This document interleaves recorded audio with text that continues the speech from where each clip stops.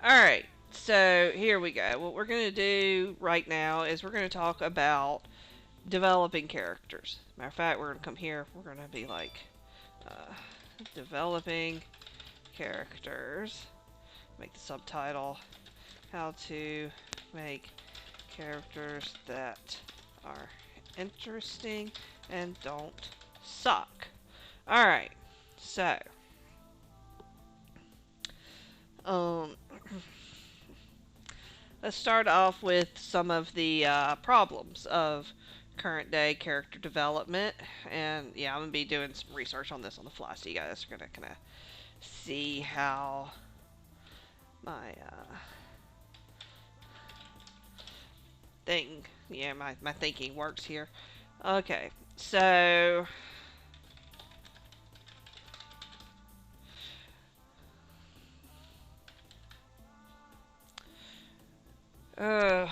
Lord, come on, internet, be faster.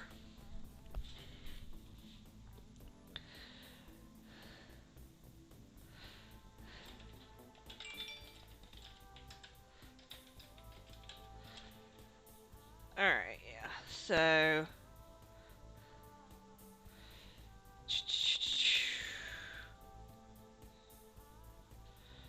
blah blah blah. Come on, why does it take so long for pictures? Alright.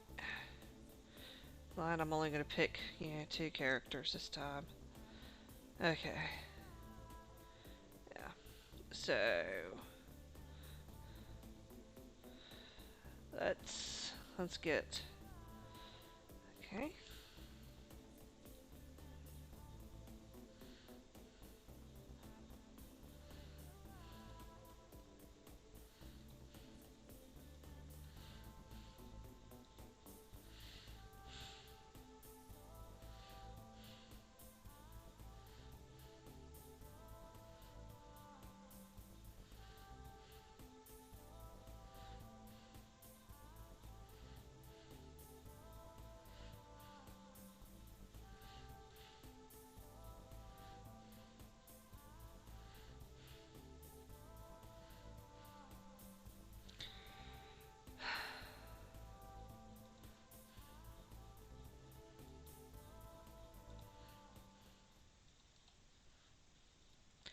Yeah, sorry for all the dead air, but we are having to wait on things.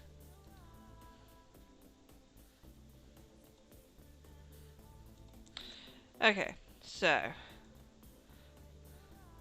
now we don't want stock images. Pictures, there we go. Alright. So where did I... Okay.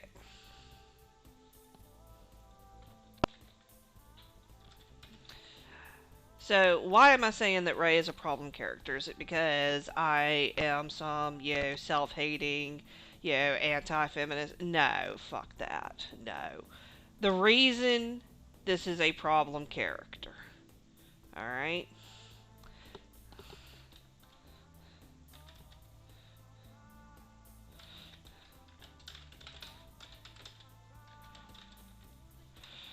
Okay, so let's go in. Why is she a problem character? She's what we call a Mary Sue. Alright? She is instantly and with no training able to perfectly perform feats that took other characters years to master. One example here is flying the Millennium Falcon. I misspelled Millennium. I always misspell Millennium. Alright. Using the Force to effect her own jailbreak. Okay. Building a lightsaber without cutting her foot off. Okay? So, this is the reason people hate her. It's not because she's a female character. It's not because she's a strong character.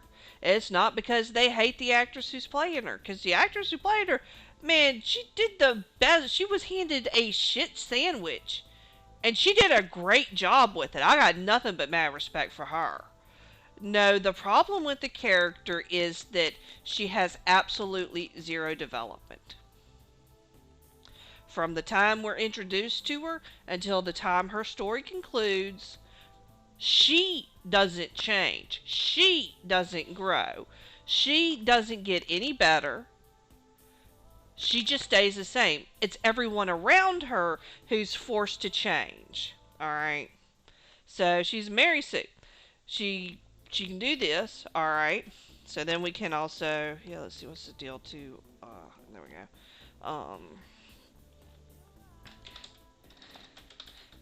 Has no growth arc. Alright? I mean, yeah, think about it. She starts off, she's just perfect. She picks up the lightsaber and she's like, oh, look, I know how to use this without any training. Y'all, I tried to learn how to use a sword. And I'm going to tell you, women can use swords just as well as men. Women could be on the battlefield. I've seen the whole thing from Shadowversity. I agree wholeheartedly. But you can't just pick up a sword and start using it and not hurt yourself. Alright? I did the smart thing. I got a wooden sword-shaped object that was weighted so that it had the weight and the balance of a sword. But it was wood, and it wasn't sharp. So worst I was going to do is I would, maybe bruise myself. Maybe if I was really super enthusiastic, break my leg or something. I'm going to tell you, it took me, a couple of hours of practice to get to where I could, wield that sword, do the swings, do the maneuvers and all, without hitting some part of my own body. Okay? It takes a little bit of practice. Now, let's say that I'm trying to do this while I'm also trying to, sword fight somebody who knows what the hell they're doing. Dude, I am going to get so creamed. I mean, they are going to just wipe the floor with me. Okay? But, she picks up not just a sword, a laser sword. A laser sword that will slice through anything. And somehow she's wielding it perfectly. It never, cuts her, never comes close to clipping her toes or, the part of her shoulder or, even, accidentally giving herself a haircut. She knows how to and all, and she can also just use the force and all. Even Luke couldn't do that, y'all. Luke, who was our hero, our chosen one and all, in the very first film, Obi-Wan puts that helmet on him and has him doing that thing with the little floaty ball that's shooting lasers at him, and Luke at first is so busy focused on the ball with his eyes and all that he's not using the force. He's trying to use logic and all, figure out where it's going to be so he knows how to block the attack. Obi-Wan throws the blinders on him, and so Luke now has no choice but to use the force. And that's when he actually, does okay. But he still makes mistakes. Going to the second movie. He's impatient. He doesn't want to, wait around and learn all the stuff that Yoda's trying to teach him. He wants to rush off. He thinks he's correct. He thinks all he has to do is go and beat Darth Vader. That's all he's got to do. He's just got to kill him. And no, find out, no, look, you've got some flaws. You've got some things you need to deal with and you need to overcome. And that you're going to have to accept about yourself. At the end of the movie, you have to accept that's your dad. Spoilers, but you have to accept that this big bad guy that you have been taught to hate is your father. He's not lying. He's not freaking you out. He's not faking. He is legit your dad. Do you want to kill your dad? And, what does this mean? If your father is this huge evil thing, what does that say about you? It causes all kind of things into doubt. Luke goes through some actual growth arc through his 3 films. Rey doesn't. Okay, she is the same when we meet her. And then all of a sudden, Kylo Ren is all like, oh, I love her, and, I want to have her babies, and then it's just, no. Kylo Ren shows more growth than Rey. He's actually a more interesting character. Alright. So she has no growth arc. She basically is just there to be. She's a replacement Luke for. She's a replacement Luke. That's all she is. Only she's not even a good Luke. She doesn't grow. She doesn't have any conflicts that she has to face within herself. She doesn't see where her own choices, her own decisions sometimes cause the problem, and that she has to look within her and say, okay, this is something about me that has to change. This is something I have to overcome, or this is something within me about me that I have to accept. No, she never has to do that. She's perfect. She's completely perfect. Why? Because Kathleen Kennedy is a shit writer. And don't get me wrong. George Lucas has great ideas, but he is not a very good screenwriter. All right, it was his wife who saved the whole first trilogy. Lucas had nobody who had the cojones to tell him no with the prequels, which is why they're still leaps and bounds better than the later stuff, but still they ain't, they're not up there with the first 3. All right, so she's a problem. All right, being a Mary Sue is not something you want to do. It's something you are going to do with your first few characters. All right, so let's put this in. All right. The other problem is that she is essentially a self-insert of the author producer. Guys, all of us when we were young, the very first time we ever saw Star Wars, we all wanted to be Jedis. We all wanted to fly the X-Wings. We all wanted to go blow up the Death Star. A few of us were even young enough that the Ewoks were kind of cool, and we wanted to be in the forest playing with the Ewoks, because to us they were big cuddly teddy bears. We all wanted to do that. We wanted to be Princess Leia, we wanted to be Luke, we wanted to be Han Solo, we wanted to be Obi-Wan Kenobi, we wanted to be all these kind of cool things, or we wanted to be their friends, and we wanted to insert ourselves into the story. Newsflash, you're going to do that. That in itself is not terrible, but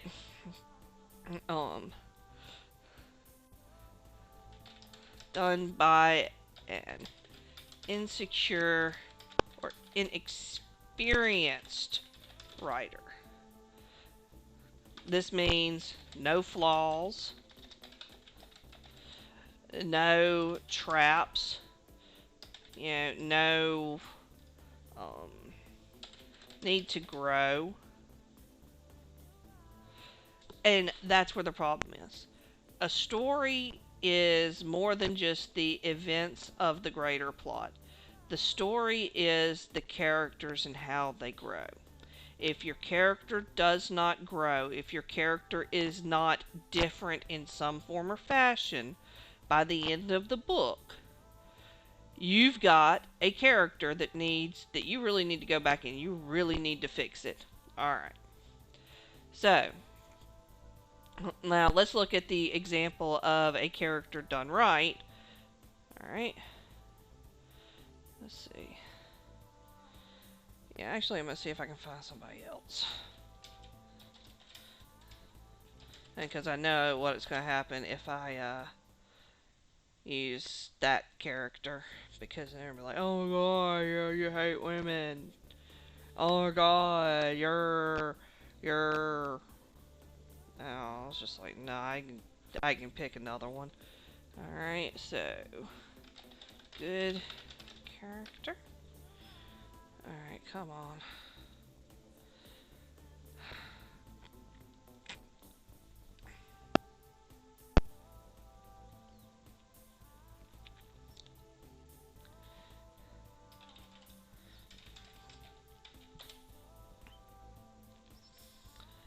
Yeah, I'm trying to. My internet is being so slow. It's slow. And this is not fun.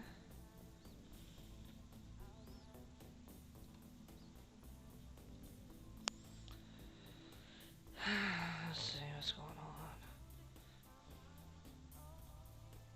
on.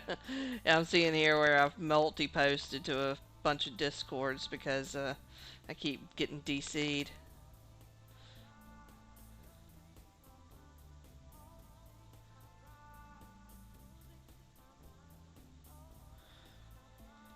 Oh, come on, quit.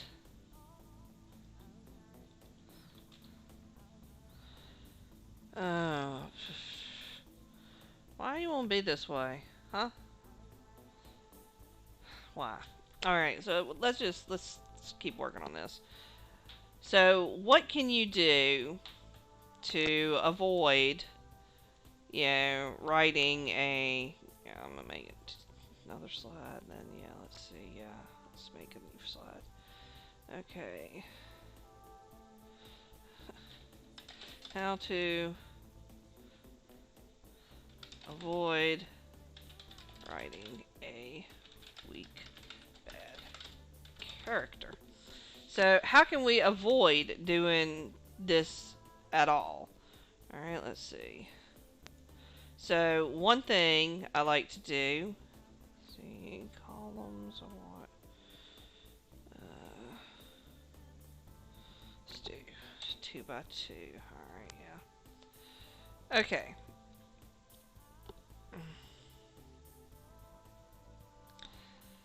So, this was something that I learned back when I was, LARPing. But, okay, wait. Oh, seems like we've got some images that finally. Alright, let's see.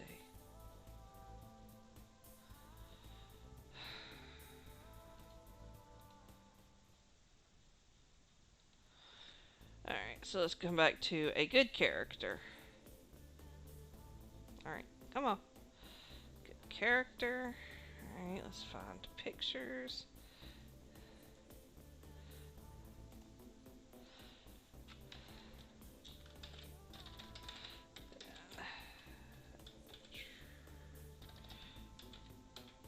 I think that's spelled right.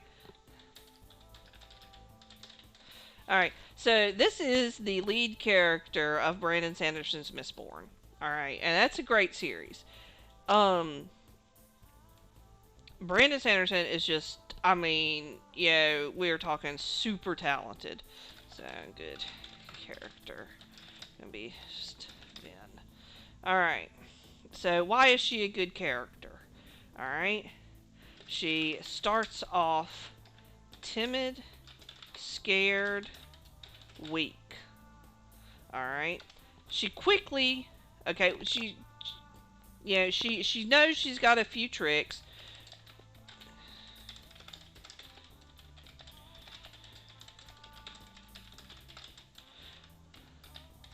Alright. She knows that she can influence how people feel about her and about other things. She can make them more suspicious, less suspicious. She doesn't understand what she's doing, but she knows that she's got this thing inside of her that lets her do it. All right, but she doesn't use it all the time because she doesn't always have access to it. It's not limitless. And since she doesn't know what causes it, she has no real control over it. Alright? So she uses her luck economically. And I mean in the sense of she's frugal.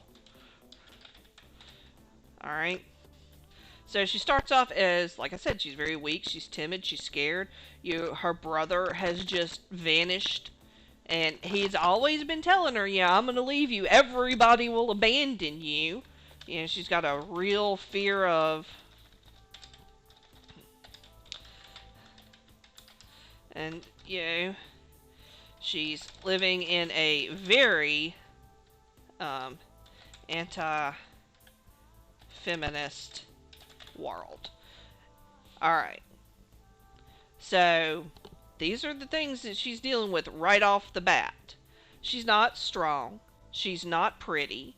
She's not powerful. She's not rich. She's not related to anybody that she knows of that is in any way useful to her.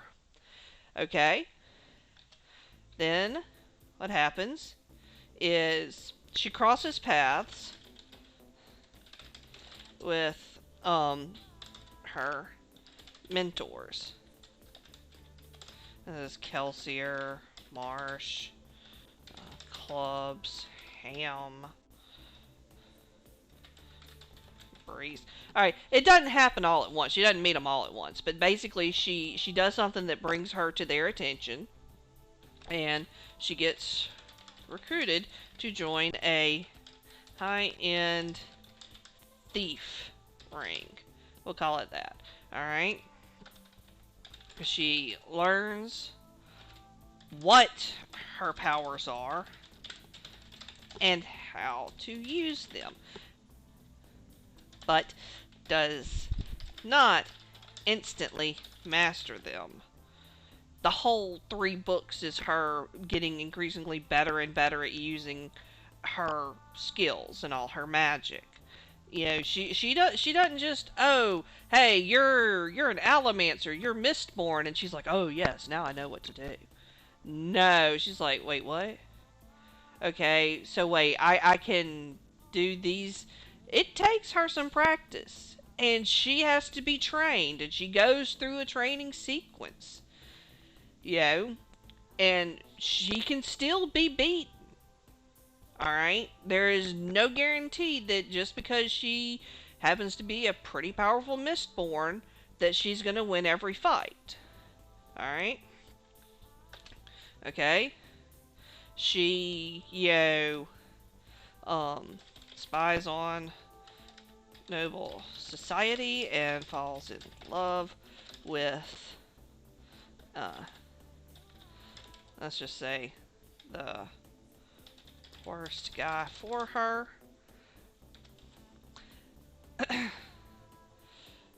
She fights with her mentor, like her...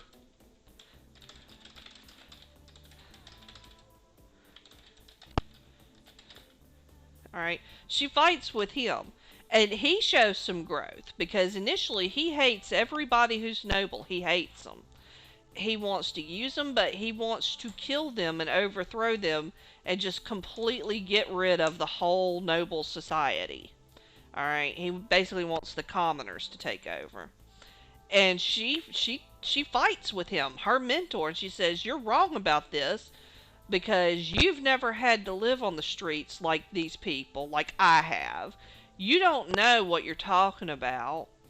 And not everybody in the noble society is like just some evil, dark, twisted, horrible person. Some of them are good. And she has to accept within herself that she's good too. That she's not worthless. That she's not useless. You know?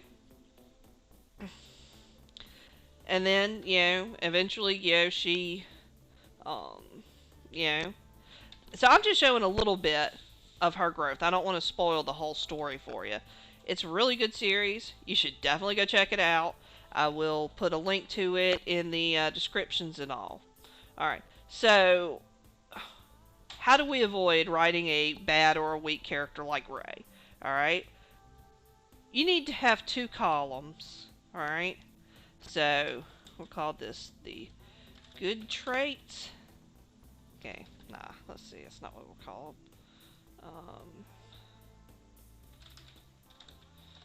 Features and flaws, and let's center these. Yeah. All right. So back in the day when I played Vampire the Masquerade, we're talking this was like the late '90s, so it's been a few minutes.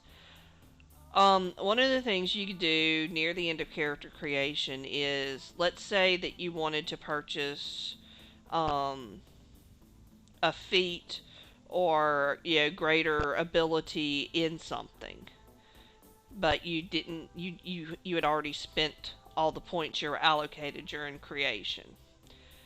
Okay, well there were two standard ways to go about getting that. One, you could just level your character. You go to your LARPs, you play, you go through your sessions, you get your experience, you level up, and over time you will get the points you need to purchase that trait. Alright, another thing you could do is you could take some flaws. You could take some demerits. You could take some negative things, and you would have to actually make them work for your character. So I call these features and flaws. Alright? So an example of features might be that you're physically strong, you're healthy, um, you know, uh, conventionally attractive. Notice I said attractive and not hot, alright? Because hot can be a flaw. Um, let's see, good family, you're either raised well or your family is connected, you know, within average to 1 plus standard deviation beyond in intelligence. So we call this IQ 100 to 130. Because once you get beyond that, you start having some weird stuff. Alright, so those are some features, alright? Alright. Alright, well, okay, so we've got this same person. These are all good things, alright? These are how most people want their character to be. But now we want to round this character out, alright? So let's say that we're talking about a male character who has been to war. Alright? Well, his flaw might be that he has PTSD. Alright? But, you need to be careful whenever you're using any kind of mental illness. Alright? PTSD. Another flaw could be, like, fear of abandonment or loss. That leads to not allowing anyone to be close. Could say maybe he's got imposter syndrome. Alright. Let's see, what are some other things? Maybe he's arrogant. Okay. Okay, so what's something else? Maybe he thinks he's a leader, but he's a bully. Alright, I know some principles that follow that. Okay. So now we've got some flaws that balance out some of the, what we would consider pretty standard features. Alright. So, how do we use these? Alright. See, the thing is, if he has a fear of abandonment, but he never loses anybody, that's not useful. If he, suffers from imposter syndrome, but is never put in any place where that's going to come to the front, he might as well not have it. You have to use the flaws. Alright? Let's see, what are some other things, okay?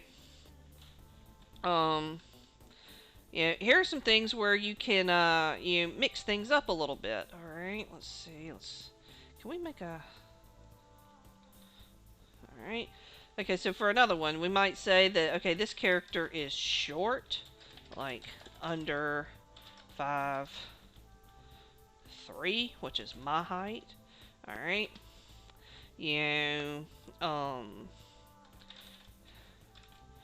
Pretty but more cute. Alright, because you're rarely going to have a character that's ugly. But maybe she has a, half her face is covered by a purple birthmark. So she stands out in a crowd, okay? Makes it very difficult for her to hide. Okay, so all right. So some people would be like, okay, well then she'll just wear makeup that always hides it. Well, no, because then why have it? All right. So what are some traits that might come because of this? All right. You know, so damn Napoleon complex because I mean, Napoleon he wasn't short, but that's what he's known for. Okay, so she's not really super attractive and all. So what's something that she could know? All right, all right. So what's a way we can make that into? Okay. So she's kind of manipulative because of it. Um, you know, she knows people aren't going to take her seriously, so she, hides how smart she is and can, trick people. All right, and have her face. All right, so unable to stealth. What that means is that she's gonna stand out. People are gonna remember her. Even if she hides it with her hair, that's still noticeable. So these are things that are going to make it difficult for her to sneak around, unless she's doing something like wearing a ski mask or something. And even then, we're still talking. You can do that at night when nobody's around, but yeah, if you try to wear a ski mask into the middle of a shopping mall in broad daylight, and think people aren't going to notice, you're out of your freaking mind.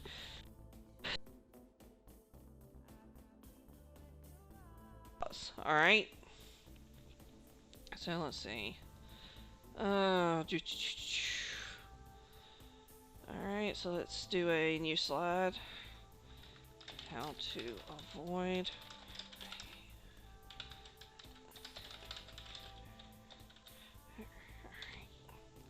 So,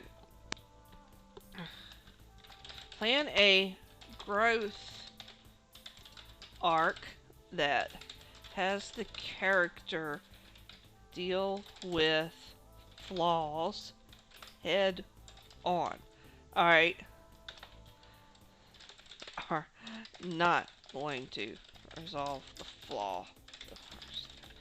That is an important rule because you know what? If your flaw is, oh, I'm scared of spiders and all, and then the very first time they have to encounter a spider, they're just like, oh, I'm no longer afraid of them. No, that's not a flaw. That's you being an idiot.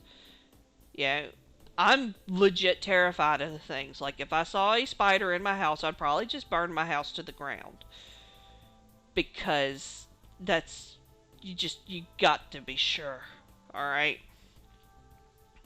So if you put me in a situation, I don't know, in order to save a friend's life, I have to let a tarantula crawl across my body. I am going to be screaming. I'm going to be gibbering. I'm going to be crying the whole time. I'm probably going to wet myself. Not gonna lie. I'm scared of the things. But,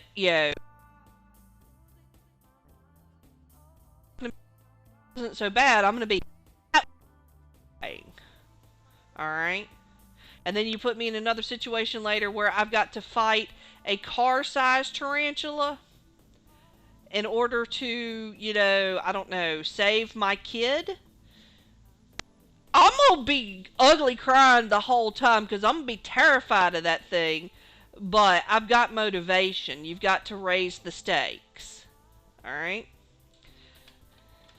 Each confrontation needs to get higher in stakes. Alright?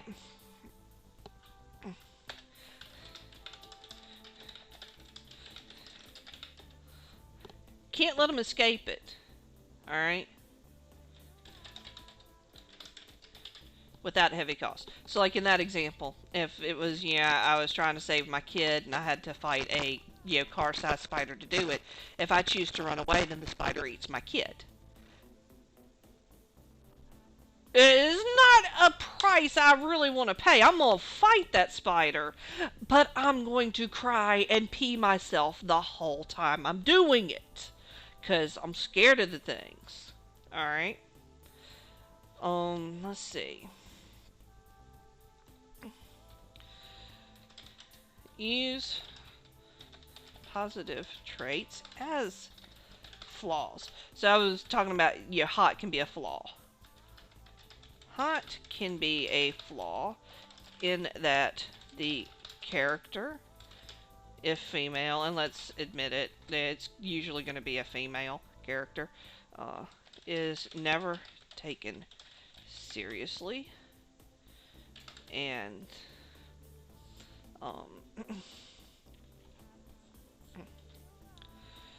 let's see.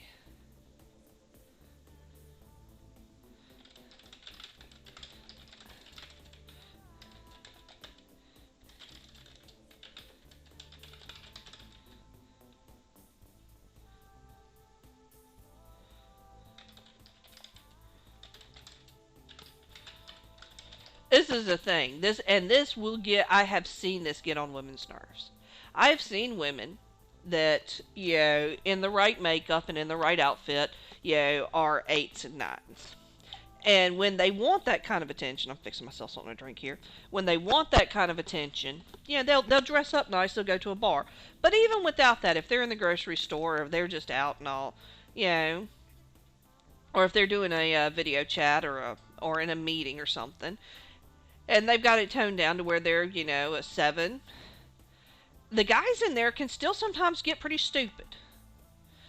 And I have seen where a lawyer who was, beyond average in look, so, getting into hot territory, she was trying to explain what a contract meant to a client, and the client was just so hung up on the fact that this lawyer was hot. All he was doing was thinking about how much he wanted to have sex with her, and he just kept discounting everything that she was saying about the way the contract was written and how it was not to his advantage. And he was just like, yeah, no, I'm fine with it this way. This is how I want it. And, she made certain to, get documentation that he had agreed to this, and she was recording it. She covered her ass. And when he came back later and realized just how stupid he'd been, because he'd been thinking with the wrong head that day, yeah. But that gets annoying. And there are guys that will do that. I've watched it happen. I've seen it happen. It also means that you'll tend to stand out. Again, if you're trying to get information and your goal is to not stand out while you get this information because you don't want the potential big bad to know that you're asking after, his weakness. But if you are just drop dead goddess gorgeous, then when the guards come around to ask all the people who you talk to what were you asking about, they're going to remember it. They're going to remember it. Whereas you get somebody who's average in looks, and they go in and they're like, hey, what's up with the swamp over there? Oh yeah, man, that's the and all. Yeah, does it contain any kind of I don't know, some sort of special chemical that can be used in a magic potion that we know is the big boss's evil weakness? Yeah, it's got a load of it. Okay, yeah. Alright, yeah, that's interesting. And then on to the next topic. Yeah, no, now you've got that information, and then when the guards come in, it's like, hey, has anybody been asking about, anything that could be of danger to our realm and all? And be like, no, I can't really think of it. It's not going to stand out in your mind. You may not even remember you had the conversation. So, okay. And then the final trick to avoid is that the character needs to change in more than one way. All right. This is something where like Christian fiction just falls apart because the thing is, once a character becomes Christian, they don't need to change. No, no, that's not the only change that needs to happen. So character needs to change in more than one way. All right. You know, maybe they need to become. Yeah, it's going to depend on their flaws. It's not going to be the same for every character. Luke had to become both less whiny and more patient in order to become a Jedi Master. Vin has to become more willing to trust people and, you know, willing to respect their decisions even when those decisions hurt. All right? She has to not only trust them to help her, she has to completely trust them to make the best decision for themselves and not try to micromanage and treat everybody as if they are chess pieces on a board and her job is to move them around and make certain that they're in the right place. No, so she's got a lot of growth. Ray, on the other hand, no growth, none whatsoever, flat. Okay, so those are some things that you can do. And what you can do is like, yeah, I just did this table here. You can do a features and flaws. You can go and you can buy a copy of a player's handbook for a gaming system like Dungeons and Dragons or like Vampire or Changeling the Dreaming or something. I like Changeling the Dreaming. Alright, let's see. Oh yeah, there was one last thing I wanted to touch on. Alright, okay. Word of warning. Alright. If you use mental or emotional illnesses as a flaw,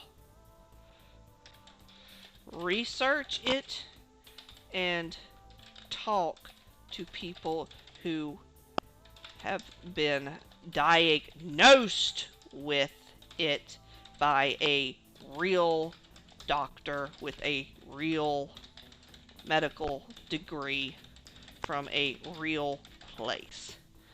I'm not talking about somebody who just searches on WebMD. I'm not talking about somebody who has watched a whole bunch of TikToks about dissociative identity disorder and now they have it. No. If you want to use something like depression, go and talk to a support group of people who are dealing with it. Ask what their experiences are. Ask what it's like for them when they're in a depressive episode. Alright? Don't just think, oh, it just means that you're tired and you're sad and all. No, that's not depression. You want to understand how addicts think. Why do they get so fixated on getting their next drink or their next toke or whatever. Go to an addiction support group and listen. Okay? Okay, you want to somebody who's dealing with survivor's guilt, find somebody who's dealing with it, talk to them and listen respectfully.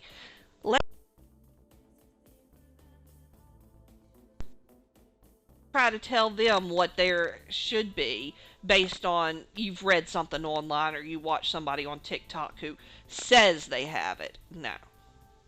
Alright? That's one thing that just really gets on my nerves, especially because I know that mass hysteria and social contagion are real things. So that's why all of a sudden you have people who are like, oh, I have DID. No, you don't. You don't have alters. You're not part of a system. You want to be because you think it will make you feel unique and special, but you haven't actually gone through the kind of trauma that causes your personality to fragment in order to protect yourself. And those alters only really exist until you have either gotten over or confronted the source of the trauma. At least that's the theory. All right. And the whole point of therapy is integration. It's not to, keep everyone happy and all this. No, it's to reintegrate all the alter personalities into the core personality. So yeah, so guys, TikTok is not a place for research. All right, even if you can find actual sufferers on TikTok, you're going to waste so damn much time. Go talk to a counselor, talk to a social worker in your area who specializes in this. Get information there. Go and talk to people who are willing to discuss it with you and but listen to them, okay? Um, you know, that's something like Brandon Sanderson did with the Stormlight Archive. Is he's got a bunch of beta readers who read through the sections where he's talking about he's trying to demonstrate what PTSD is like or what depression is like or addiction. And he's like, am I being fair here? And they work with him to help him get better. And that's something you have to do. So, like I said, if you're going to use something like that, research it. Alright? Don't rely on quick checklists. That checklist is one thing that is just really getting a lot of modern writers into trouble. Because it's lazy, but it's also racist. Remember that people are more than the stereotype. Alright. And that's where checklists can get you in trouble, because they let you start stereotyping. So for instance, a lot of people are like, oh, I need to have strong, diverse characters. So I'm going to make a female character who's a lesbian, and she's going to be black, and she's going to have grown up in the ghetto, but she's going to have worked her ass off to get a great education, and she's going to be super, super smart. The chances of you finding somebody like that is just no.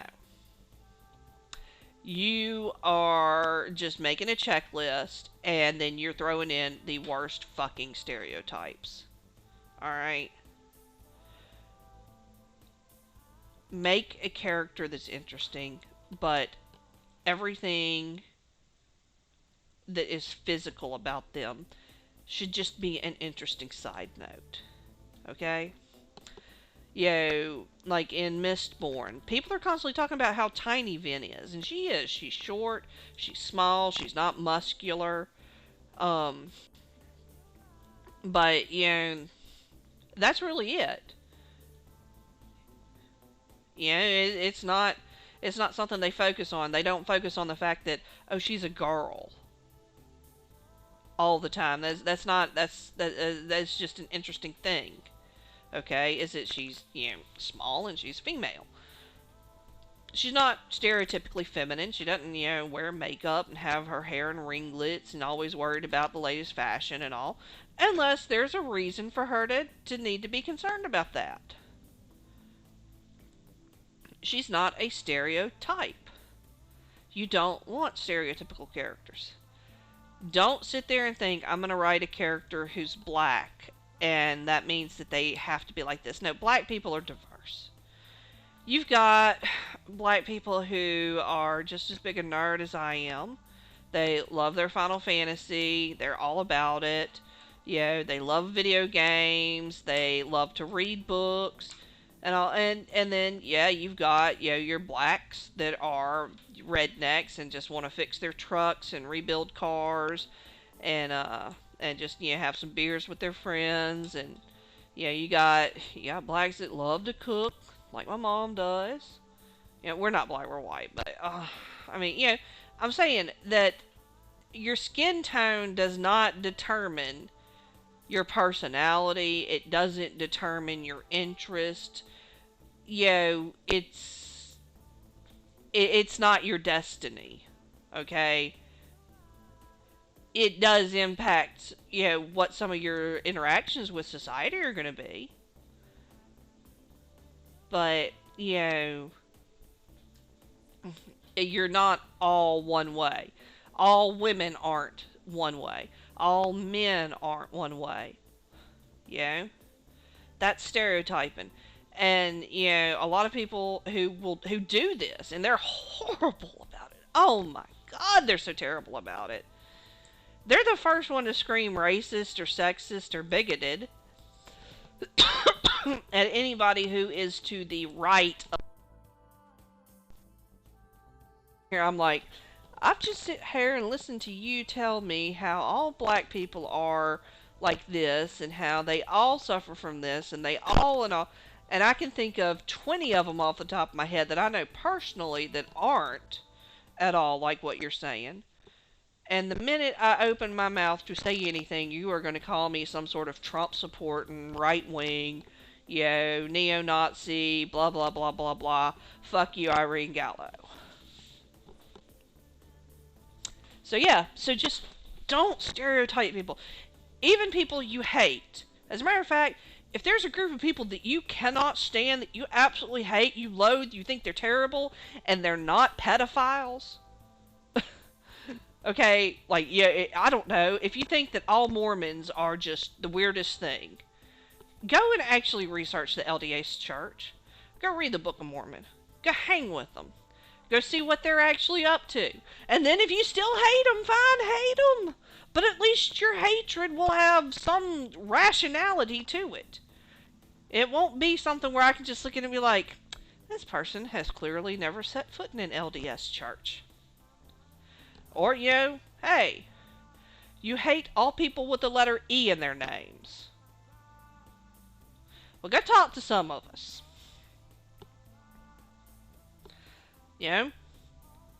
Maybe we'll agree with you completely that the letter E should be completely excised from the English language. You don't know. You don't know our lives. But yeah. So, just don't revert to stereotype. Don't revert to that. That's just, it gets on my nerves. And I think that is going to do it for today.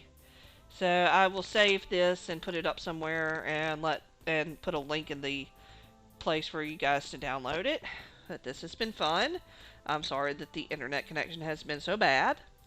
And I will see y'all tomorrow.